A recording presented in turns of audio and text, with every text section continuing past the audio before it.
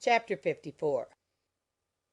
As soon as they were gone, Elizabeth walked out to recover her spirits, or, in other words, to dwell without interruption on those subjects that must deaden them more. Mr. Darcy's behaviour astonished and vexed her. "Why, if he came only to be silent, grave, and indifferent," said she, "did he come at all? she could settle it in no way that gave her pleasure. He could be still amiable, still pleasing to my uncle and aunt when he was in town, and why not to me? If he fears me, why come hither? If he no longer cares for me, why silent? Teasing, teasing man! I will think no more about him." Her resolution was for a short time involuntarily kept by the approach of her sister, who joined her with a cheerful look which showed her better satisfied with their visitors than Elizabeth. "Now," said she, "that this first meeting is over, I feel perfectly easy. I know my own strength, and I shall never be embarrassed again by his coming. I am glad he dines here on Tuesday. It will then be publicly seen that on both sides we meet only as common and indifferent acquaintance." "Yes, very indifferent indeed," said Elizabeth laughingly. "Oh, Jane, take care." "My dear Lizzie, you cannot think me so weak as to be in danger now." "I think you are in very great danger of making him as much in love with you as ever." They did not see the gentleman again till Tuesday, and Mrs. Bennet in the meanwhile was giving way to all the happy schemes which the good humour and common politeness of Bingley in half an hour's visit had revived. On Tuesday there was a large party assembled at Longbourn, and the two who were most anxiously expected, to the credit of their punctuality as sportsmen, were in very good time. When they repaired to the dining-room, Elizabeth eagerly watched to see whether Bingley would take the place which in all their former parties had belonged to him, by her sister.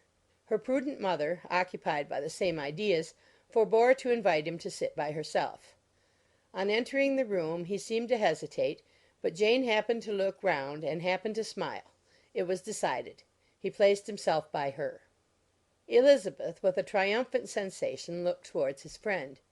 He bore it with noble indifference, and she would have imagined that Bingley had received his sanction to be happy, had she not seen his eyes likewise turned towards Mr. Darcy with an expression of half-laughing alarm.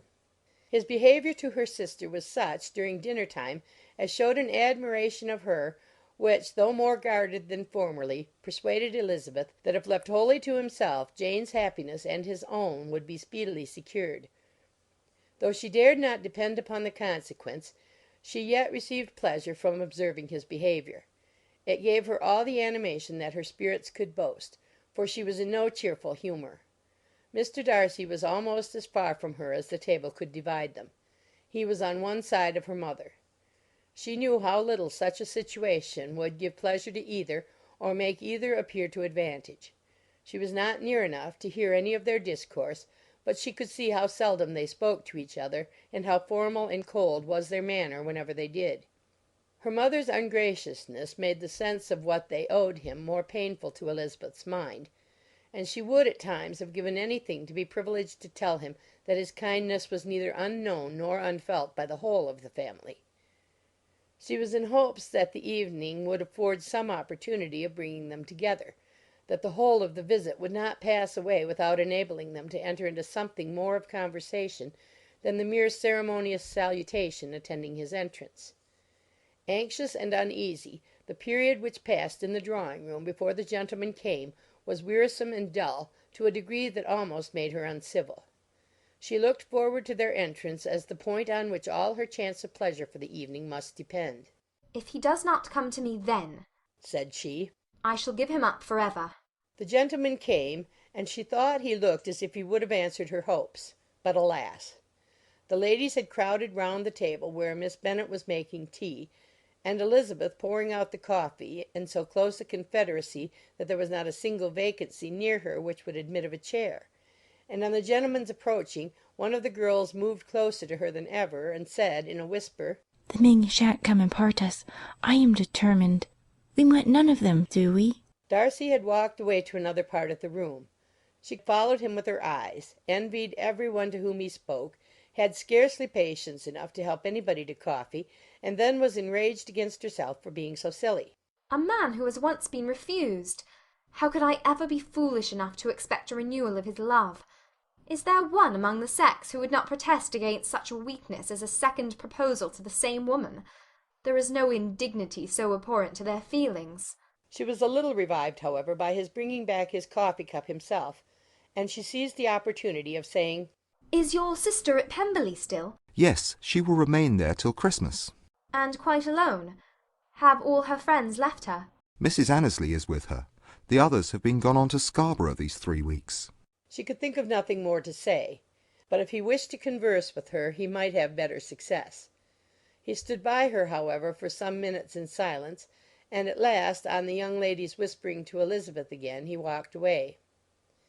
When the tea things were removed and the card tables placed, the ladies all rose, and Elizabeth was then hoping to be soon joined by him, when all her views were overthrown by seeing him fall a victim to her mother's rapacity for whist-players, and in a few moments after seated with the rest of the party. She now lost every expectation of pleasure. They were confined for the evening at different tables, and she had nothing to hope but that his eyes were so often turned towards her side of the room as to make him play as unsuccessfully as herself. Mrs. Bennet had designed to keep the two Netherfield gentlemen to supper, but their carriage was unluckily ordered before any of the others, and she had no opportunity of detaining them. "Well, girls," said she, as soon as they were left to themselves, "what say you to the day? I think everything has passed off uncommonly well, I assure you. The dinner was as well dressed as any I ever saw. The venison was roasted to a turn, and everybody said they never saw so fat a haunch. The soup was 50 times better than what we had at the Lucases last week, and even Mr. Darcy acknowledged that the partridges were remarkably well done, and I suppose he has 2 or 3 French cooks at least. And, my dear Jane, I never saw you look in greater beauty. Mrs. Long said so too, for I asked her whether you did not. And what do you think she said besides? 'Ah, Mrs. Bennet, we shall have her at Netherfield at last.' She did indeed. I do think Mrs. Long's as good a creature as ever lived, and her nieces are very pretty behaved girls, and not at all handsome. I like them prodigiously." Mrs. Bennet, in short, was in very great spirits. She had seen enough of Bingley's behaviour to Jane to be convinced that she would get him at last, and her expectations of advantage to her family, when in a happy humour, were so far beyond reason that she was quite disappointed at not seeing him there again the next day to make his proposals. "It has been a very agreeable day," said Miss Bennet to Elizabeth. "The party seemed so well selected, so suitable one with the other. I hope we may often meet again." Elizabeth smiled. "Lizzie, you must not do so. You must not suspect me. It mortifies me. I assure you that I have now learnt to enjoy his conversation as an agreeable and sensible young man, without having a wish beyond it. I am perfectly satisfied, from what his manners now are, that he never had any design of engaging my affection. It is only that he is blessed with greater sweetness of address, and a stronger desire of generally pleasing than any other man." "You are very cruel," said her sister. "You will not let me smile, and are provoking me to it every moment." "How hard it is in some cases to be believed." "And how impossible in others." "But why should you wish to persuade me that I feel more than I acknowledge?" "That is a question which I hardly know how to answer. We all love to instruct, though we can teach only what is not worth knowing. Forgive me. And if you persist in indifference, do not make me your confidant."